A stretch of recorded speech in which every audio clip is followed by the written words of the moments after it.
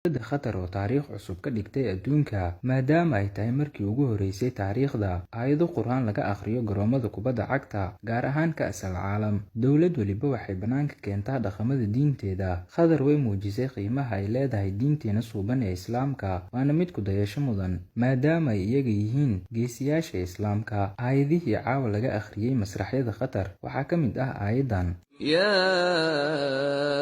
أيها الناس إنا خلقناكم من ذكر وأنثى وجعلناكم شعوبا وقبائل